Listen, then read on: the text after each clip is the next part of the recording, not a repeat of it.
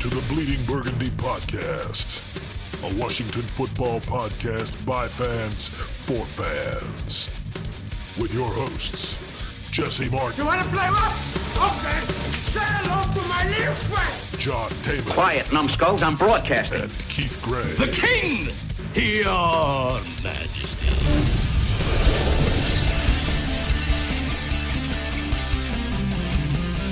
And now here's your host, John Taman. Hey everybody, and welcome to Bleeding Burgundy podcast number 66. That's right, this is the devil's number. All of you are going to hell just for listening to it. So, anyway, I'm John Taman, and I'm your happy host today. I'm going to, real quick, Jesse, you were telling me something before we started the microphones rolling, a really interesting statistic that we seem to be seeing. Go ahead, what was that? Yeah, is a podcast is when we get twice as many listeners when the football team wins per se as to if we lose. It's kind of crazy how that stat works out like that. Well then, I'm going to just go ahead and say that we won yesterday. Welcome to Victory Monday, everybody. We're one game closer up in the division. We whipped up on those Cowboys, sent those fucking rotten people home with a fucking bunch of tears in their eyes, and that was great. Oh, God. God. All right. So anyway, how are you, Keith? Full of crackers. Look at it. You know, I'm fine. Doing great. I'm all right, man. I'm dragging ass. This weekend was It was long. a long day. It was a long day yesterday. Saturday was long for me. Yeah. Sunday was long, and then just getting home and man, getting caught at all those lights trying to get out of actual DC. Cutting through DC. You know what? Next time you do any of that stuff, you got to let me know, and I will get you out of there. I've been driving in the DC area for fucking 50 years. All right. Well, maybe not. I was 8 years old. Well, we had to cut. We had 45 to go take. years. All right. I've been driving in the DC area. Nate Coleman went to the game with me, and we had to take him home after the game, and it was fun. I love Nate. He's great. If y'all don't follow at Jayhawk Chalk, he's very smart, very analytical, and he's fun to go with the game with, especially if we, get a little saucy. But anyways, Jesse got saucy. Listen, Damn, my Nate. guy was so saucy that when we scored a touchdown, He was shaking his tits around. bro, he was God blessing America. My man literally, he's like, oh, God bless America. I love you, Nate. I love you. And then my man, Jesse was trying to leave multiple times. And Nate's like, no, we're not leaving. You never give up. You never give up. And That's Jesse's right. like, bro, we're down. We're not coming back. Of course. Lo and behold, finally, we convinced Nate, let's go ahead and go. This game's over. And it was 5 minutes into the fourth. And when you we missed Cole left. Holcomb's big play. We 100% missed it. We knew it happened because we were listening to it, though. And I look at Jesse and I said, you son of a bitch. You make us leave, you son of a bitch. You wanted to leave too. You were giving me eyeballs. Because I have no hope. Because I either. have no hope. But my man, Cole Holcomb runs it in for a touchdown. It's all of a sudden a 20-7 game. And I'm thinking, son of a bitch, if we come back and win, I would have murdered Jesse. Literally murdered him. You wanted to go just as much as I did. I would have broke his broken tooth again. Cole Holcomb ran into the end zone and started yelling, where is KG Skins 26? Where is KG Skins 26? He was going to give you the ball, and you left. That's terrible. No, Cole Holcomb heard what I said. Check on He two heard things. what real I quick. said 8 weeks ago, and so therefore he told me to kiss his ass. I would like to make sure everybody realizes that the sound you're hearing coming from Keith's microphone right now is brought to you by Captain's Wafers from Lance. These delicious crackers that are just smacking all over your place. Can you guys hear me chewing? Jesse needs to invest in a fucking clip-on light that he can put on his computer to show. He always looks like he's doing one of those fucking serial killer videos, You must solve my cryptic clues to find out where I hid the woman. Jesse always has terrible lighting. He don't give a shit. I know. Jesus Christ. He looks like Phineas Freak. Let's talk about this sitting game. in his zero. We have a football game. Room. All right. So, okay. Overall impressions. First, I'll start with you, Keith. What do you got? Other than the fact that you left What? of the football game, such as it was. That game was shit. The entire game was shit. That's my overall impression. It was awful. It was awful to sit there and watch them continue to just have their way with this team. It was awful watching Micah Parsons literally have sex with Taylor Heineke all game. He fucked him pretty good. Well, before he fucked Taylor Heineke, he fucked Brandon Sheriff. So Heineke really got the sloppy seconds, and that's just disgusting. Yeah. Look, Jesse, I mean, I'm not. The defense played well, especially going back and looking at the second half. They actually played a good game, and Taylor Heineke was just awful. Now, we've been touting this offensive line for the past 4 weeks, for pretty much all season, because they've been doing very, very well. They weren't doing him any favors either. This is probably their worst game of the year. This is by far Taylor Heineke's worst game of the year. I mean, he's throwing into quadruple coverages. Quintuples at one point. Oh, yeah. 5 Dallas Cowboys around. It looked like a 5 of clubs out there on the field. It looked like a playing card, a 5 of clubs out there on the field around freaking Terry. And we've been praising him for the past 4 weeks. And this right here, this game shows you why he's not a starting quarterback in the league, or why he won't be a starting quarterback in the league. People are the Heineke hives. Oh, it's just one game. No, it's his deficiencies. Dallas took advantage of them, Dude, and other teams will do too. All right, Duke, what did you think of the game? He said, "Fuck the goddamn fucking Cowboys." Ain't that right, buddy? Yeah, that's pretty much Duke's attitude all the time. Really, yeah. I don't even know why we have him on the show. He never talks. All right, so look, my overall impressions of the game was, we got the shit kicked out of us by a much better football team, and that we are not as good as we were thinking we were on this 4-game winning streak. Because let's get right down to it. You said so. Heineke was awful. Heineke was bad last week, and he was bad the week before that too. They managed to it's been a progressive slide of how bad he's gotten. He's right back now to where he was at the beginning of the season. I don't know what the hell he thinks he is, some kind of goddamn point guard shooting these motherfucking fadeaway jumpers all the goddamn time. It doesn't make any sense. Running backwards and throwing off his back foot, going backwards. And of course the ball is high. But at the same time, if we take advantage of their mistakes, we could have won that football game. Right when listen, yes, that was a winnable football game. Right when Kendall Fuller, that ball in the first quarter, right? In the very first possession, when that ball went through his hands, he could have had he may have had a pick six. Okay, even if he didn't, we're set up square right there. We're right there. Right there, just told me that we were going to lose the game. Well, I mean, I think you probably woke up in the morning and said, "Oh, we're going to lose this game. I don't even know why." Yeah, me and Keith were talking. We both were like, "Dude, we're not going to win this fucking game today." I was going to say, a fucking cheeseburger told Jesse that we're not winning this game. He probably did it. He's probably talking to his loofah. I hope Keith didn't put you on my pulse. I hid my loofah, but just to let you guys know. Listen, it was funny. It was funny too because shut up, Jesse. It's funny because right before we went to bed, right, I'm like, man, I just don't think we're gonna get this one. Jesse's like, I know. And then 10 minutes later, Jesse's I had to fall asleep before you because you were warning me the whole time. I'm a snore man. I'm telling you, I snore. I was like, all right, motherfucker, I'm just gonna fall asleep first. Well, that's why I stayed awake. That's why I stayed awake. Everybody snores. Yeah. Well, that's why I stayed awake because I'm like, all right. So as soon as he goes to sleep, I'll go ahead and shut the TV off. I was watching some Stone Cold Steve Austin autobiography, so it was interesting. And so, anyways, then that morning I wake up, right, bathroom lights on, and I hear. I'm telling a story to nothing. He's not even here. Keep talking. I know he's telling me to keep talking, but all right. So, anyways, I was really telling John, not the audience. I don't care about the audience. Well, look, no, what I was no, don't come in here. No, well, like, this team keep going. Keep it going. I was legitimately talking to you, though. I wasn't talking to the audience, right? I was talking to you. You leave. Jesse already knows the story, right? Right.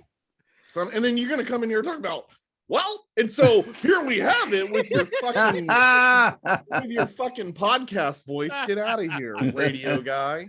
So, anyways, no. This is my regular voice. I wake up, right? And I'm thinking I'm going to roll over and see Jesse's beautiful face, but I had forgot. He told me, he's like, man, I got to get up early. I got to go. In the same bed. Yeah.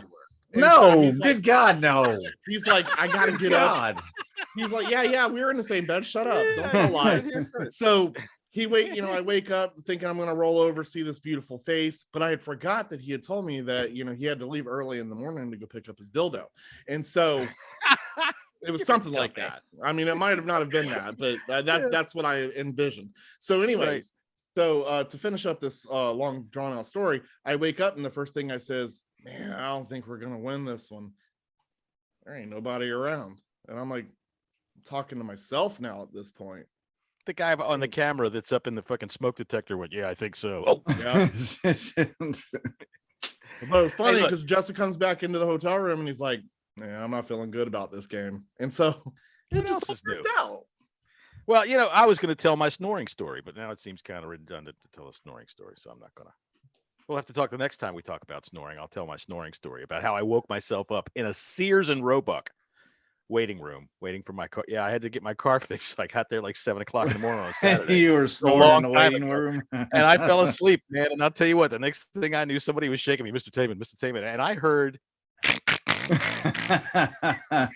like that. I heard that. And then I opened my eyes and there's like 4 or 5 people sitting there around the circle looking at me.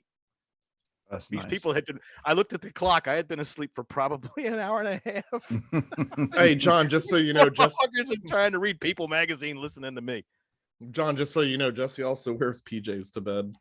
I bet he has. I bet they button up and have a pocket in them, right? They got. I've never seen someone that is just so like he's on it with a routine, man. And it's like I got the collars pressed and everything. My man took a shower and then he got out. He had PJs on. He was ready for the bed. He had his headset ready, his laptop. I'm like, man, this guy slippers that lace up, right? There's no question in my mind. This man wears slippers. No question. I swear I do not have a pair of slippers in the house, but I wear slides. What are these? Well, I got a pair of Crocs. I wear work boots all day long. Heavy fucking steel toe work boots. So I like to get comfortable when I can. Understandable. It was a good time though. I like to have jokes, man. I'll do it again. This time I'm gonna fall asleep first though, so make him miserable. So meanwhile, back to the game. There was a football game. All right. There was? Okay, yes, there was a football game. And all right, so what did you learn? Jesse, what did you learn? Other than Keith masturbates when he thinks you're asleep. I learned that during this 4-game win streak, we might not be as good as those 4 games, but I did see enough in the second half. I guess I rewatched the second half when I got home that they still don't give up, man. They're down 24-0, and they're still fighting every fucking play. And that's a valid point. Almost only counts in horseshoes and hand grenades. We still got the L, but they could have gave up. It could have been a lot worse. And they were looking embarrassing all game, and they could have easily. They came out. Listen, they came out flat. There's no sugarcoating that whatsoever. They looked tired. No, they didn't look tired. Dallas, they were made to look flat. Dallas's defense, we got to freaking put the dart in the board where it belongs. Their defensive line controlled that whole fucking first half and made us make mistakes. Shit, who could stop Micah Parsons? Holy shit. Keith, you were telling us all how stupid he was. Who cares? They just pointed, Micah, go get ball. And Micah goes and gets the fucking ball. Yeah. Right. Listen, no, you're right. Dallas's defense was I'm a dumbass for even saying that. Was all over it. But the fact that they didn't give up and made it close, it has to say a lot about this team. Dude, but I'm worried about these next 4 games though, because we got to win 3 of them to get into the playoffs. Of course you are. I hope you pick everybody else on every single one of them. I hope you think that we're going to just lose every single one, and that's just call for a loss every single one of them, because we're probably going to lose every single one of them. That's the way it's got to be. I forgot what I was going to say. Keith, what did you learn? I learned that I'm a complete dumbass for even Time out. Show of entertaining hands. me. How many people in the audience already knew that? Okay. Shut up, John. It took him a while. It took Jesse him a for while to raising- get going on. Get what was Because going I'm a on there. dumbass. What can I say? We still love you. Listen, I learned that I should never entertain anything about Micah Parsons ever again, regarding the man's intelligence, whether he's stupid or not. That man owned this whole team. Micah, get ball. Yep, Micah get ball, You want to and talk that's what about Micah stupid? did.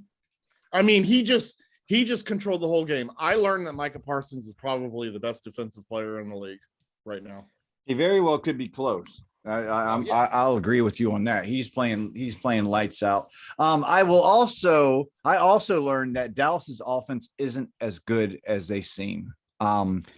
Dak doesn't look like Dak no more, and No, he's not we as accurate. held them to 20 points. Okay, 20 points, and we if we had generated any fucking offense in the beginning of the game, that game could have been had. It could have All right. been. Well, here's something to reflect on when you're talking about stupid people. Randy Gregory, all right, defensive end for the Cowboys. My son texted me in the middle of the game to remind me something that we had on, and I'm going to plug my old podcast, the Old Bang Radio Hour. When Randy Gregory was a rookie, he got popped for drugs. Right? Yep. He fucking he pissed positive for a positive drug test, and before Cocaine, the Cowboys before the Cowboys could even be notified of his positive test, he got popped again for a second positive test. Jesus For Christ. something different. It's like the dude got out of there after pissing in the cup and went out and got high, and they went, "Oh, by the way, come back in here." And so I thought that was pretty funny. But look, the Cowboys defensive line, not only when Micah Parsons, but the nose tackle, I can't remember his name, big fat dude. Look, they looked at the film and they went, "Look, They're that's all the third- big fat dudes. Come on. Yeah. That's a third shit." Gregory and that dude that picked up the fumble. Look, do you see how long those arms are? Oh, Christ. shoot. Heineke got Yeah. that ball. The interception for a touchdown. Heineke got that ball tipped twice. Yeah. So, they get their hands up. The big fat dude in the middle, he looked at the film and said, "Hey, that's a third string center. I'm going to kick his fucking ass all day." And he did. So what I learned was not necessarily are we so far away. It's just that we're so fucking hurt in so many key places that we've been playing a little bit above our heads. And now we got out here. But at the same time, Still had a chance to win. We had lots of chances. Yeah. And that's the difference between a good team and what we are right now, which is And- they would and take look- advantage of those chances, which they did, and we did They not. did. Absolutely. You're 100% right. Heineke, at least he should have had at least 4 more. And I know people say, well, they weren't interceptions. They were thrown right to people. I thrown into the crowds. Yeah, it was I think the first third down of the game, Curtis Samuel was wide open. He threw that fucking ball 15 yards over his fucking head out in the flat. Would have been an easy first down.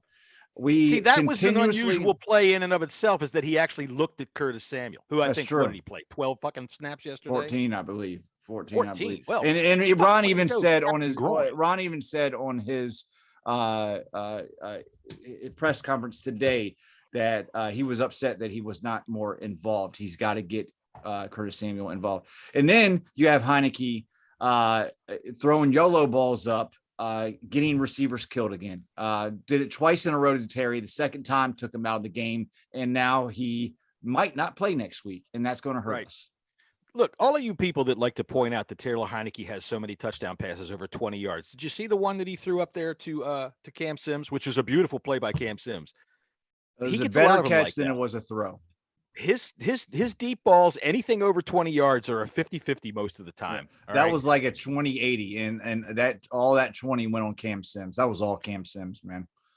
Cam Sims had a great game. I want to see a lot more of him. He really likes to think fucking going play to. the game. And when he comes out there, man, he makes freaking things happen. All right, so sticking with Taylor Heineke, look, he's right back to being pre-bye week bad Taylor. Yeah. All right, bad Taylor. Bad footwork, bad decision-making, god-awful bad decision-making. He's standing there telling Terry, go deep, and that fucking rag-ass noodle arm can't throw it anywhere close to where he's telling him to go. It looked brutal. What too. the fuck was that? It looked like he used every ounce of fucking power that he had in his threw it arm. straight up in the air. Oh, it was awful. Listen, and when people talk in the about street and one of them punts, throwing it straight up in the air. When people talk about arm strength, and if you don't have it, you're not going to survive it in the NFL. This is what they mean. When it gets into the colder months, it was windy, you got to have arm strength to be able to push that ball through the air. Otherwise, it just doesn't work. The balls are going to go further when it's warm outside. That's just how it is. Science, I guess. Regardless, the fucking guy threw the ball straight up in the air. Terry had to stop, turn around, come back 5 yards. He was wide 10 yards in the air, wide open too. All right, I said earlier, okay, that if we'd have taken advantage of the mistakes that we had fall to us, we win this game, or we have a very good chance. 2 times Terry got deep, and that was one of them. And he just can't throw it deep enough. He just can't. There was another one that was practically picked off. Terry had to play defense because he had to stop, turn around, come back, and play defense on Diggs, who's just standing there waiting for the ball. So, bad decision making. On that particular play where he threw it up and got Terry hurt, you could see Curtis Samuel is standing right there, like 3 yards from the sticks. He's got John Bates right in front of him at the fucking first down marker. And he's got to let me Brett Favre this shit. Yeah. Dude, you do not have, you don't have Brett Favre's arm. You don't even have Brett Favre's fucking left nut, for God's sake. And John's going in on this motherfucker. Look, man, I'm not going to get back on I want to see Kyle Allen. All right. It's just pointless at this point. But you people that are on the Heineke hive, if you can't understand now what it means when we say he has no NFL arm, you flat out don't want to fucking see it. It's like when he goes back to pass and throws it deep, they switch it to PBS real quick and go, yeah. And why PBS? Why PBS? Yeah, why PBS? Because there's always something interesting on Sunday afternoon on PBS. Look, you can make this paper plate into a birdhouse. Listen, no, I agree with you 100%. Listen, when we're winning games with Taylor Heineke, it's usually because of the run game, or it's just constant short passing game. We're controlling the ball. Or luck. No, not luck. We're gaining first downs. We're actually sustaining drives, but I can't recall one time this season where we've had a giant big play where you pass the ball down the field and we score. Well, I can recall one, and it was in week 2 against the Giants, and he hit McKissick on that wheel route. Yeah, that was huge. I think that was against the Falcons. Had a couple that was against the Falcons. And wasn't that McKissick that pretty much it was yards after catch on that one? Like it was right there. Yeah. That was his best pass of the season. Sure, that one and but one I'm to just Carter talking about bombs down the field. Like just break away, man wide open. You don't see none of that. Scott Turner is so limited in his play calling because of Taylor's weak arm. And people, how many screens did he throw yesterday? They ran that shit over to death. People That's fail why to they killed us. People fail to understand. They knew about the screens. People fail to understand, and they think this is it's Scott Turner's fault for play calling, and they don't fucking understand. It's not Scott Turner. It's he's limited in what he can call because who's under center. And these are facts now. And if you can't fucking see that shit, then you don't know football. Well, and that's the thing too, is when they see a 4-game win streak, automatically the quarterback's going to get all the love for that, right? And so they think that we what the fuck did he just say? I don't know. Go ahead, keep going. So when you're on a 4-game win streak, everyone is in this delusional mindset that it's Taylor Heineke. He can be the guy. He can at least be the guy for another. He could be the guy for this, but the problem is when you play against good teams, and I know people are going to be like, well, Dallas wasn't very good. They didn't show that they were very good in this game. They have the number 1 offense in the NFL. Right. Well, they have talent all over the place. Yeah. Yeah. I mean, they have a stupid ass coach, but they're the number 1 offense, and they've gotten a lot better on defense, as we saw yesterday. Talking about me being stupid, I guarantee you the victory. And we come in there, we brought our benches, and our boys were sitting on our own benches, and we was winning the football game. You're still stupid, Mr. McCarthy. Don't you call me stupid. It was just a problem because my mother drank a lot. God.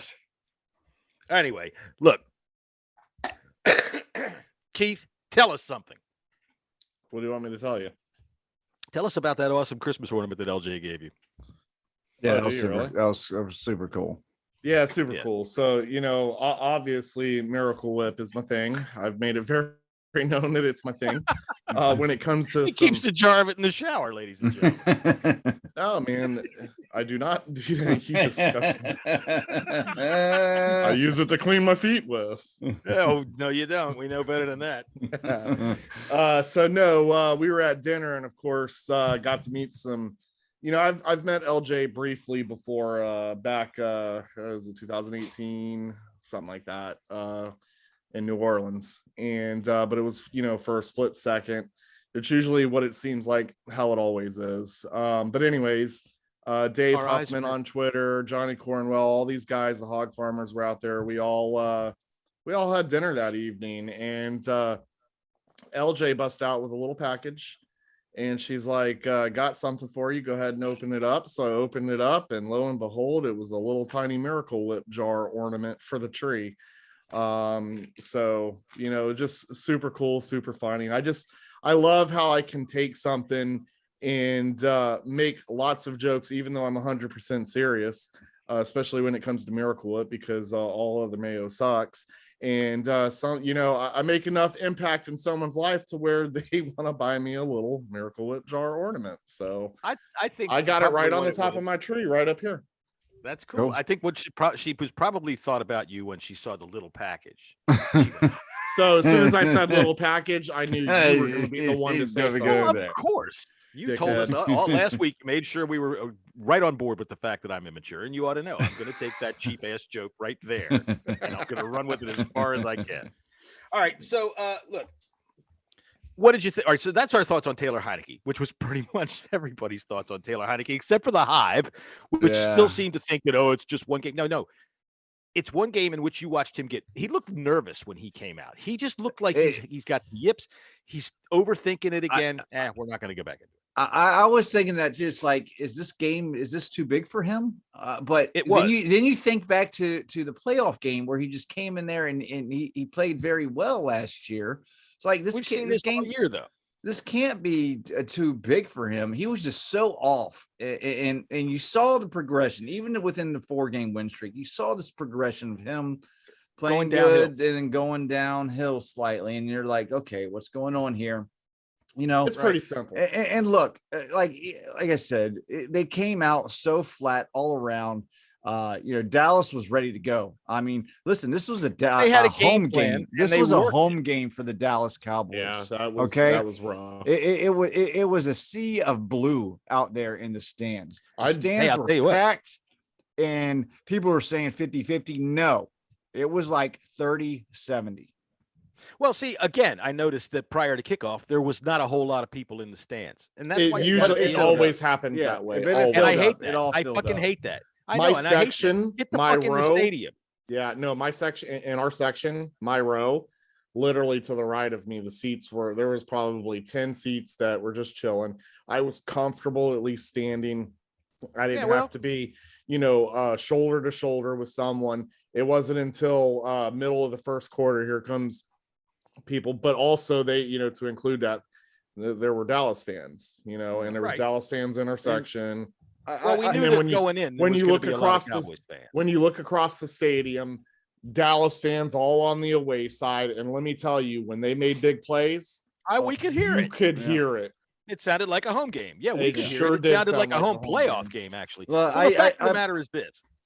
Go ahead. No, I put out a tweet yesterday that fans should be embarrassed, and I was tweeting during the game, and I was kind of directing that towards fans with season tickets that should be embarrassed for selling it to the opposite.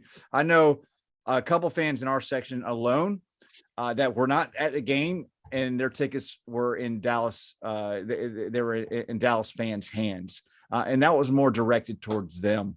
A lot of people put them on some, like on a service, and they don't know who buys them. They just sell them to whoever gets them. I'm going to be honest with you on that too, though. I really can't be at the game. I'm bringing my wife and kid who are Eagles fans to, but you're not giving up your tickets. You're not giving up your tickets You're right, but You I'm know? still taking tickets from others, even though they probably weren't going to buy They them ain't gonna anyways. sell out. Well, You know here's that. the bottom You're line right. for me. You're I'm right. not going to Yeah. listen to these people that are trying to shame me for saying, "Oh, I'm not there." Well, you're right, I'm not there. Dan Snyder, you motherfucker. This is your doing. Your fan base doesn't care. And what you try to do to make them care is win. And when we get on a streak to win, what you did was you jacked up the fucking ticket prices. This is how you entice the crowd back to your stadium. I'm gonna have to disagree with that, John. Fuck I'm that. gonna have to Fuck disagree that. with that. No, I'm gonna have to disagree with that. And this sound like I'm backing the team. We as season ticket holders, this is the highest price game that we had to buy. I This get it. goes for Hey, everybody. it's an a prem- expensive day out for everybody. It's and a I'm not premier paying game. it for one. I mean, for one, it's just the NFL itself is too expensive. The Redskins are fucking way overpriced. And to go Actually, ahead and raise that price points. No, I did the research, man. Price points for Washington football game is one of the cheapest tickets in the NFL. Look it up. And the NFL is way overpriced. I don't. Oh, it fucking is. Look it up. It is. What you're telling It me is. is that for me to go to a football game, and to be a real fan, I got to spend $400, and I'm not fucking doing that. And not when they're going to yank up the fucking price like that. We coming into this game, we knew there was going to be a lot of Cowboys fans. I was listening to fucking Kevin Sheehan the other day. And Yeah, they were sold. They were sold They by bought- Kansas City. right when the week Cowboys were 7. 6-1. Yeah. Right, when they're rolling, and we all know they have a huge fan base here. Jerry goddamn well knows it. Everybody, bring your ticket stubs. If you've got one from the winning game, you get 25% off your beanie caps. Fuck them. So, but I'm not going to listen to these motherfuckers that are going to sit here and tell me, well, it's your fault. Fuck that. Fuck all you. It ain't my fucking fault. It's Daniel fucking Snyder's fault. Seeing season ticket holders sell their tickets and them not being in the stands. Look, when did they sell them? This is my question. Did they sell them last week? I highly doubt it. They probably sold them way back when once again they fucking felt like Dan Snyder and his fucking Houdini trick said, "Hey, everybody, come on, let's go watch Redskins football. Buy your tickets, and oh, boom, here's a bunch of garbage for you to watch. We're gonna get blown out every week. That's what you spent your money on." So, and I'm not taking up for those people that sold them, but I bet you that's when they sold them, was back then. Yeah, I don't know, man. It was very disheartening. It was kind of sad, just to see that. It is. And what I hope that happens from it is that Dan Snyder sees what he has wrought, hears what goes on in his stadium, and takes a bunch of sleeping pills. God. Yeah, I don't know, man. As far as we can argue about the ticket prices all day long, I don't have any issues with the price of the tickets, just because it's a premier game. Every sporting event, sporting team, franchise, venue is like this with the premier game. I mean, that's just how it is. I get it. Well, I get it, but at the same time, you want your fans in the stadium, do something for us. They can't. They're not going. They're not going to undercut the season ticket holders' price, and that's what everybody expected. Even I talked to LJ about it. Even and when I explained to them, like our tickets, they're not divided up by 8. That's not how it is. Each game is a different price depending upon the game. I get it. We had two premier games, Kansas City and the Cowboys. Both of them. The Cowboys was the most expensive one. KC was about $20 cheaper. Every other game is around $80 to $100. Recognize that the Cowboys game is more expensive, not because he's trying to sell them to you or to me. It's because he knows how many Cowboys fans are in there. And while I'm saying this, when we see as many fans as we always see, and we always make this excuse that, it's a transient town and there's, 10,000 fucking Bills fans or 10,000 fucking Chargers fans. What he does, I almost guarantee it, especially up and down the goddamn East Coast, man. He has one of his little shell companies has a bus and a tickets. Hey, we'll sell you a block of tickets and a party bus. Come on down to FedEx and watch the Eagles. Come on down to FedEx and watch the Giants. I almost guarantee you he's got his fingers in those pies. Well, he's got to put, you can't be mad at him for trying to put people. I am. Well, I am, because it doesn't matter what fan. I mean, that goes with shit. Go talk to Jacksonville Jaguars. They want anybody in their stand. Look, I tell you what, you want to at least show me something? Fine. You want to make your ticket price that much to get into the stadium. How about not $15 for a goddamn beer? How about not $60 to park my fucking car? How about make it $20? Though. I don't care what it is. He wants people in his stadium. He wants his fans in the stadium. Do something for the fans. Because all I ever feel is the goddamn thumb in my back pocket going after my wallet. That's all I ever feel. Your mic's not on, Keith. Yeah, go ahead, Keith. You've been quiet this whole damn time. Probably been stuffing your face. There you go. Yes. I think I heard you. No? What'd you do? Can you hear me? Yeah. Yeah. Okay, I have no idea. Okay, well, have something to say. We've been having a good argument here. No, it's fine. And that's why I say when you guys have a good argument, I'm not going to step in except for I'm a season ticket holder. I get 50% off concessions. Yeah, and to be honest with you, that's a good enticement. Yesterday was the first time that I actually ate. And I will have to say the lines were super long as soon as I went up there in halftime, but I did go into the season ticket gold member line 5 minutes and I was out of there, but I did something fantastic.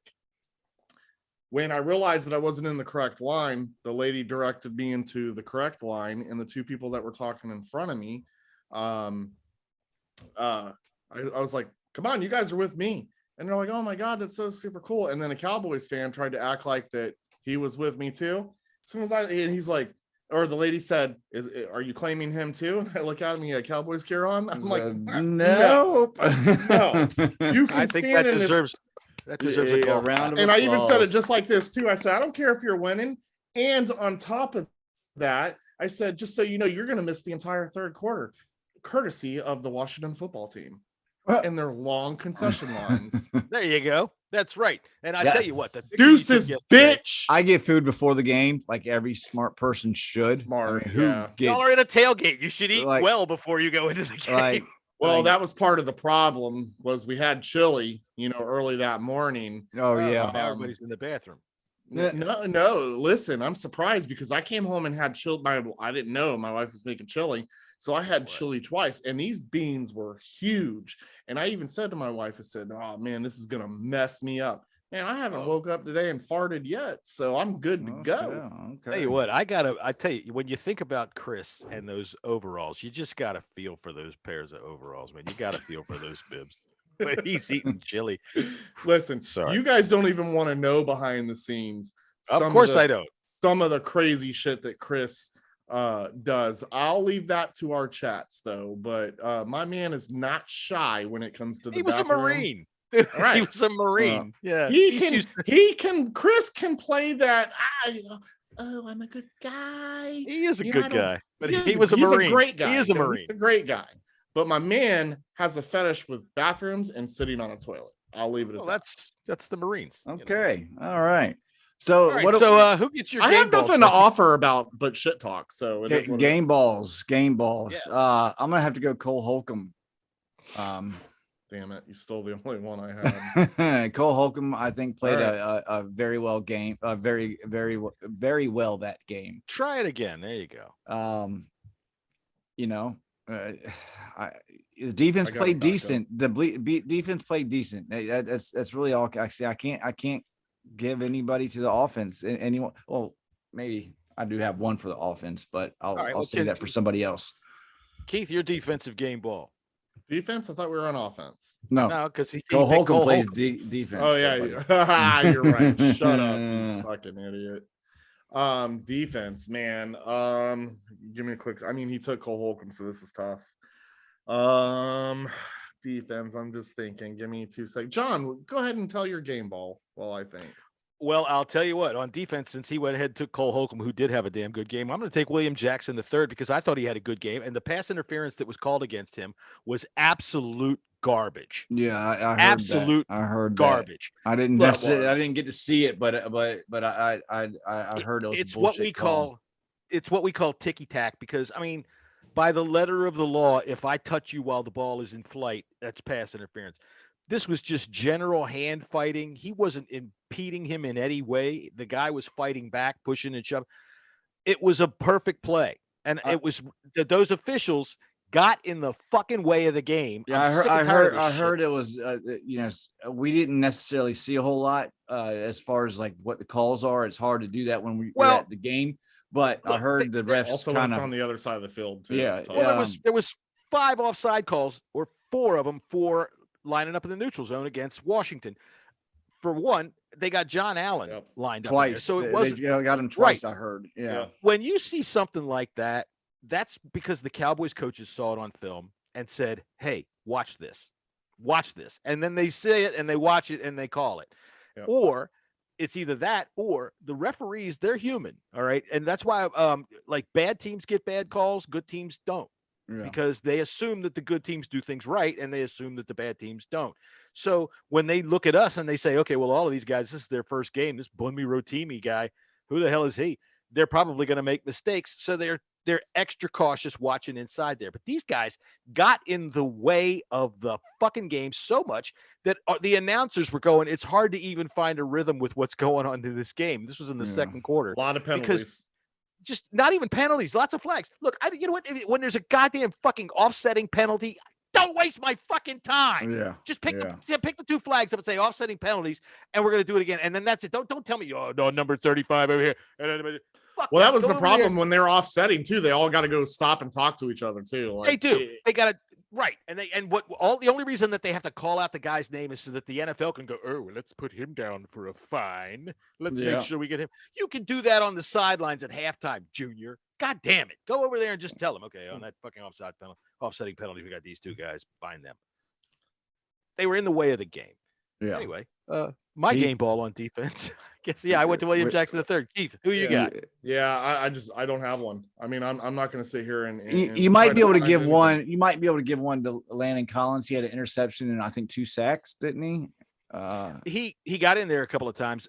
Collins played a pretty good game. I also thought Shaka Toney, he rarely gets in there, but when he gets in there, you see him. He didn't really affect much, but you see him. He's in there fucking pushing the pocket, making shit happen. I thought, here, I'll give you this one, Keith. I'll throw you a bone. Deron Payne had a pretty good game. Yeah. Payne played pretty mean. You can never go wrong with John Allen, Deron Payne. That's for sure. Yeah. Right. All right. So offensive game ball. Keith, go ahead. I'll let you go first. Yeah, I'm going to go ahead with Cam Sims on this one, man. Stole mine this time. Stole mine this one. Yeah, that ball was ugly as hell. And the reason why listen, man, Jesse, I don't know about you, but I feel like the entire game was played on the other side of the field. Yeah. Even when we were switching quarters, like there was not a lot of action on our side. No, that Cam Sims touchdown was. Yeah, it was right in front of us. Like right in front of us. Right in front of us. And just being able to see that with your own eyes. That was an amazing thing. Yeah, me and Nate were arguing. Nate was like, that's not a touchdown. I was like, dude, I saw his knee hit fucking green. Yeah, he's like, no way. And then it was hip. And then we watched on the replay. He's like, no, but you're not right. You're still not right. And you should have told him that never give up. Yeah, I should have. Never give up. I should have. That's Nate's motto moving forward. Never give up. Cam Sims is going to get a double game ball because no one else really deserves one on offense. All right, I'll make that a triple because nobody else on the offense. Maybe Jonathan Williams, running back that we just signed. Yeah, he had a good series. All right. Yeah, he had a good series. Bro, Bates is slow as shit, man. My God, that one catch he had, it was a great catch. He's running up the middle of the field, but God, good Lord, he's a blocking tight end. He's a blocking tight end. But when he catches the ball, he reminds me of Chris Cooley. He holds that thing way down low on his belly with 2 hands, and he runs the same speed. He's not fast, but he gets open. He's got decent hands. I get it. I know tight ends aren't supposed to be wide receivers. I get it, but man, it looked slow. It looked like it was in slow-mo in real time. Sorry, he's a big target. And if I was going to give a game ball to anybody other than Cam Sims, it would have been to him for just a couple of plays that he made that were pretty good because nobody else really made many good plays on offense. Yeah, he stepped up to try it. He did okay. All right, goat ball on offense. Go ahead, Keith. Goat ball. Antonio Gibson can get the goat Fumble ball. Boy. Fumbling in your own territory. Again. I mean, once again, at the worst time. At the worst time, the Redskins doing what they do best. We had momentum. Shooting themselves. We had momentum. and it was totally killed. Thank you, Yeah. Antonio Gibson. Hit the sidelines, buddy. Yeah. Now watch. Next week he'll come back against Philly and rush for 120 yards. I know that's usually how it works. Yeah, too. he's got the most fumbles in the entire league. So, but if just we can't have that. extrapolate out, his first fumble will be in the first week of the playoffs. His next fumble will be the first week of the playoffs. So we should get ready for that. Yeah. All right, who's your if we goofball, make the Jesse? if we make the playoffs, Yeah, we're there's not making the playoffs. so many to go around. Obvious is Taylor Heineke, but I'm going to go Brandon Sheriff again. I'm starting to loathe Brandon Sheriff. I just don't like him. I think he's a waste of $18 million. I wish he was. I wish we got rid of him this offseason. Yeah, I agree. Yeah, he look. Micah Parsons made him look stupid, and I mean stupider than he is when you give him a microphone. So. Yeah. Made him look really fucking dumb. Just ate him up and made him look like he didn't even belong there. If I'm going to give a goat ball to anybody on the offense, it's going to be Taylor Heineke. Dude, you got to settle the fuck down. You got to take the game as it comes like you've been doing or you were doing, and you got to throw on time. But you're not.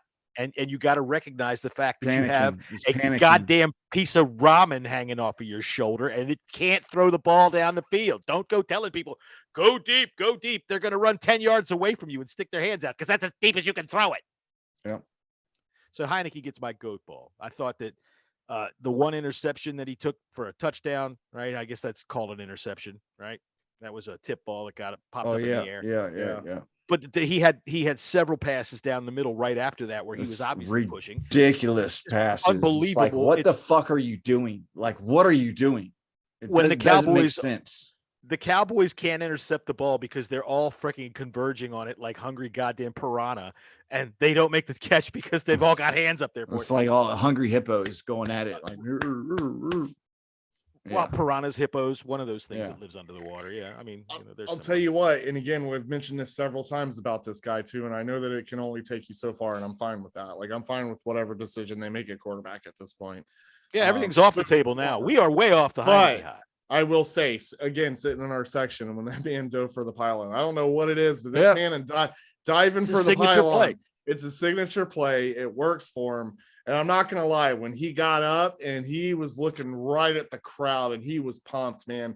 And I just kept saying to myself, I don't want you as a quarterback, but I want a quarterback that has your same attitude because I'm telling you. He's got a great attitude. If he had the arm that he thinks he has. Yeah, exactly.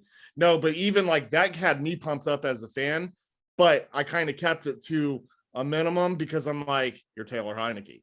He has everything that you want in a quarterback besides the arm. Except the arm. Yeah. And well, no, not really, because he still is not throwing the ball on time. Nah, man, but he can does, but he can escape plays. He does make plays on his feet. And that's what a lot of because he stands there too low. That's why a lot of people like him though, because he can get out of high pressure situations and he can make plays with his feet. He does I think he makes the right call when it's time to run. I don't think he does it too early. But lately he could run more. I think he could run more. Oh, of course, but I think he's being held back from running more. For one, he doesn't drift back 5 steps and 7 steps and plant and throw the ball. He drifts back 10 yards, 12 yards. He just keeps drifting back. And what he does is he puts himself in harm's way so that he has to make these escapes because he drifts back into where the tackle is going to be flushing the freaking ends around. He there's too many times that I see him take pressure because he's got the ball and he shouldn't still have the ball. Get the ball out. Get the fucking ball out, especially him, especially the way that they realize it. The Cowboys, every single time that he went to fucking empty backfield, they blitzed. They came with 5 and 6 guys. They overwhelmed the line of scrimmage and they overwhelmed him because he'll hold the ball too long. Does he know what a hot read is? Can he find the hot read? Can he yell out over there to the side and say, hey, Humphreys, which way you going to go? They're coming. And have Humphreys turn around and say, I'll turn left or something, because all he seems to do when the blitz comes is hold the ball and quiver. Yeah. I can escape. Watch me escape. Right. No, watch. Let's see you hit the hot read. Throw that motherfucker. All right. So who gets your defensive goat ball? Jesse. Defensive goat ball. I'm gonna have to give it to Kendall Fuller for fucking dropping that fucking easy pick. Either him or Jamin What about Davis. Jamin Davis? Yeah, Jamin Dropped Davis. the easy one right in his hand. Both of them dropped a pick right in their hands. So I'll leave Jamin Davis for one of y'all. I'll take Jamin Davis then because that's I was going for that same sentiment. So I'll just take Jamin Davis. Both those plays right there could have turned around the game. I mean, now this is what I tweeted this out today, and I had a couple of good discussions with some people about this. Is that you look at these opportunities, and those are two opportunities that fell right through their hands. All right. And they're like, well, then if you're going to do that, you have to look at Taylor Heineke's and say, you can't just say if this happened or that happened and not say, well, what if they intercepted the ball? And yes, I can. Their failure to capitalize on Heineke's mistakes is not our problem. Yeah. We had mistakes that they made at least 6 mistakes in that game that I can think of off the top of my head that could have changed the outcome. Those 2 dropped interceptions. There was 2 times that Terry got deep and he just can't throw it. He just can't fucking throw it. There was other times where Dak made the wrong play, made the wrong read. There was openings that just were not exploited. There were opportunities. The difference between us now and other teams that are good, like the Cowboys, is that when they have an opportunity, they take advantage of it. Yeah. When we have an opportunity, we'll drop the ball and we'll get there. We'll get there. Those are signs of hope. You know, you don't, right? But you got to take advantage of mistakes, and we didn't take advantage of mistakes. And for those people that are, I mean, Carter drops that pass that fucking, oh my God, that thing was right in 2 hands. In 2 hands. If you're going to be a team that's playing a team that's better than you, which is the Cowboys, they're better than us, and you want to steal a win, especially when they're dominating you, you got to make those fucking plays when you have a chance. And they didn't. So that's that. Like I said, it'll be the little props that I give them for fighting all the way to the end. But that's it. Yeah, they fight hard, and that's why you fight hard, because they got within a touchdown, and Carter makes that catch. And my God, who the hell knows what happens at that point? It'll be the Redskins thing to do, because that's just going to be my thing for this year. It'll be the Redskins thing to do is to lose at home against the Cowboys and then go to Dallas and win. It's just what we do. That would not surprise me whatsoever. It's what we do. Seriously, like that game yesterday could have been had. It could have been had. Yeah. It could have, but when it was 24-0, that game was straight up ass. Like I'm standing at halftime feeling horrific about my life. Yeah. They scored 3 points after the half. I was reevaluating why I was friends with both of you gentlemen. I was reevaluating why did I get married? Why did I have kids? When I tried explaining what a hog farmer was to the lady in front of me, who were not season ticket holders, but took advantage of that 50% off because, I was a nice guy. I was reevaluating to them what a hog farmer even is. It is what it is. It's just how it goes, I guess. It was not the answer they need. It was not a feeling good game to be at, especially at halftime. Yeah. That was I've never experienced anything like that before. There was a shitty, lonely drive home. Not live, not like that. Oh, the where they completely dominated the first half. I've never. Well, they did, and in the second half, I mean, the Cowboys got better in the second half. Points. They got better in the second half, but offensively, they really didn't. And Allen put that ball right on Carter's hands, and this is why I was kind of heartened by that. Even in a game that we got our shit kicked out of us, they didn't stop fighting. We've been saying that, and that's why you don't stop fighting, because anything can fucking happen. That score is the reason why we're stopped fighting. But honestly, we were defeated the entire game. It doesn't make any difference. It doesn't make any difference. And that interception to bring that score to 20 points made it look like we played a hard-fought game all game, and that was not. It doesn't matter what it looks like. Well, I know because you only care about W's or L's. When you're down by 7 points and there's 3 minutes left on the clock and you have the ball, hope is there, man. Doesn't Jesse look like he should be out on the fucking barren seas looking for crabs? Can we end this fucking thing now? You deadliest catch, motherfucker. That's right. Yeah, we will end this thing because your tooth is hurting you. You got to go to the dentist again. All right. So we're going to come back and we're going to look at the Eagles on Friday, and hopefully we'll have a better time of it. We'll try to keep hope alive until then. Well, before we dip out real quick, did you happen to have a total of where we stand in our picks? Just a total. We don't. No, I don't. Okay. I haven't even looked at them today, but I'll have it ready for you on Friday, because last week on Monday when I said, let me look at the picks, you were like, no, not till Friday. And I was like, no, because you always bother me to see the total, and see, here you come. Bother me to see the total. All right. I can live with that. Yes. You'll have to wait till Friday. I can't remember though, because I thought, did I change my pick to the Browns? I couldn't remember, but I haven't. No, you didn't. I'll look at it. We'll see what I did. I think I changed my pick to all the winners this week. How about Who'd that? they play? Who'd the Browns play? The Ravens. Oh yeah. Lamar Jackson got put out with a bad ankle. Yep. Yeah. You can catch me at Jesse's 2-4. I'm at Bang Radio Hour, and the star of the show. Don't. No, I meant you. I was throwing it to you. I know. ahead. You're not the. the- Oh, you're the. No, You're I the don't want star to of be. the I am not No? the star of the show. You Fine, asshole. What's your that's fucking not- Twitter handle? Listen, no, you dickheads. This is why people come after me on Twitter because y'all put me on a pedestal like I'm someone fucking special. You can find me at KGSkins26. Don't even follow me. How about that? What? If Hail. I'm the star of this show, you better not be calling me a dickhead. Hail to the team. Hey.